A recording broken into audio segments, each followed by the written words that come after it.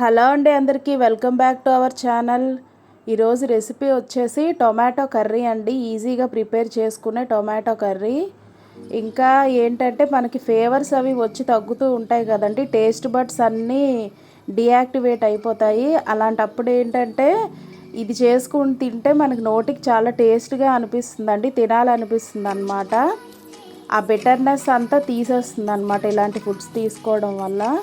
First అయితే oil వేసి పోపులు, దాంతోపాటు పచ్చిశనగపప్పు, కరివేపాకు, ఎండుమిర్చి, ఇంకా సన్నగా తరిగిన ఉల్లిపాయలు, పచ్చిమిర్చి ముక్కలు వేసుకోవాలి. అవి బాగా ఫ్రై అవ్వాలండి.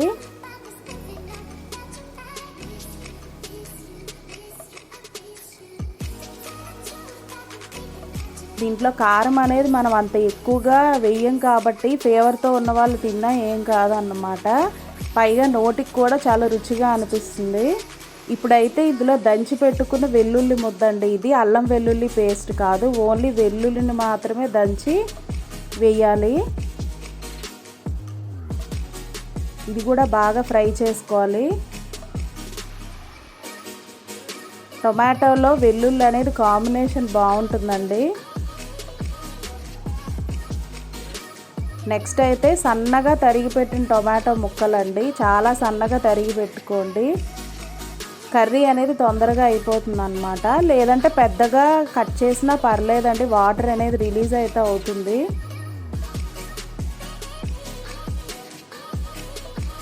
ఇంకా పక్కకి పెట్టేస్తారు పిల్లలు, సరిగ్గా తినరు అనుకున్నప్పుడు ఇలా చిన్న చిన్న పీసెస్గా చేసుకోవడమే బెటర్ అండి. అన్నంలో బాగా మిక్స్ అయిపోతుంది అన్నమాట. అయితే దీన్ని మూత అయితే పెట్టేసుకోవాలి కాసేపు. కొంతసేపు మగ్గింది కదా, మగ్గిన తర్వాత ఇందులో చాలా అంటే పెద్ద ఉసిరికాయ సైజ్ అంత చింతపండు అయితే వేసాను. మీరు పులుపు ఎంత అయితే తినగలరో దాన్ని బట్టి మీరు వేసుకోండి. లేదు టొమాటోలే పులుపుగా ఉన్నాయి అంటే మానేయొచ్చండి, మీ ఇష్టం. పులుపు ఏంటంటే పూర్తిగా ఆప్షనల్, మీరు ఎంత తింటే దానికి తగ్గట్టుగా వేసుకోండి, వేసుకోకపోయినా పర్వాలేదు. నెక్స్ట్ ఉప్పు, పసుపు, కారం వేయాలి. ఇవి కూడా బాగా కలిపేసి కాసేపు మూత పెట్టాలి. మగ్గాలి కదా, మనం వేసిన టొమాటో అంతా మగ్గాలి. ఆయిల్ సెపరేట్ రిలీజ్ అయ్యేంత వరకు దాన్ని బాగా మగ్గించాలి. మూత అయితే పెట్టేస్తున్నాను కాసేపు. చూస్తున్నారు కదా, ఆయిల్ అనేది రిలీజ్ అవ్వడం స్టార్ట్ అయింది.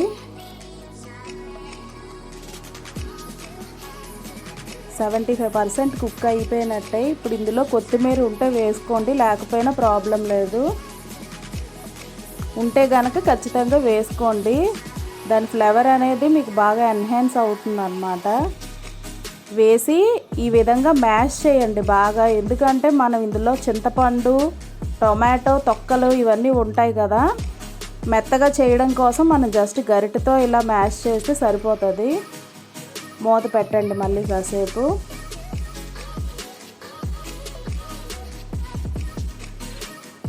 ఫైనల్గా అయితే టొమాటో కర్రీ రెడీ అయిపోయిందండి. ఇది బ్యాచిలర్స్ కూడా చాలా ఈజీ ప్రాసెస్లో చేసుకోవచ్చండి, వంట రాని వారు కూడా.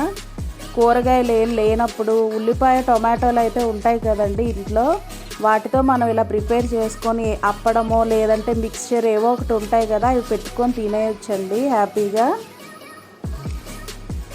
బ్యాచిలర్స్కి బాగా యూజ్ అవుతుంది ఈ రెసిపీ. పిల్లలు కూడా ఇష్టపడతారండి బాగా, ఎందుకంటే ఫీవర్స్ వచ్చి తగ్గిన తర్వాత నోరు బాగోదు కదా. ఫైనల్గా కర్రీ అయితే రెడీ అయిపోయిందండి.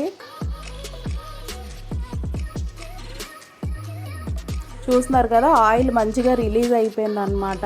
అయిపోయినట్టే, ప్యాన్ నుంచి సపరేట్ అయిపోతుంది. ఇది ఇలా వేడి వేడి అన్నంలోకి వేసుకొని తినేస్తే మనకి తక్కువ కర్రీతోనే చాలా అన్నం అయితే కలుస్తుందండి ఇది. దీంతోపాటు మీరు అప్పడం, వడియాలు ఏమున్నా వేసుకొని తినేయచ్చండి, ఇంకా కూర ఏమీ వేసుకోవాల్సిన అవసరం లేదు. ఈ రెసిపీ మీకు నచ్చినట్టయితే లైక్ చేయండి, సబ్స్క్రైబ్ చేయండి. బాయ్ అండి అందరికీ.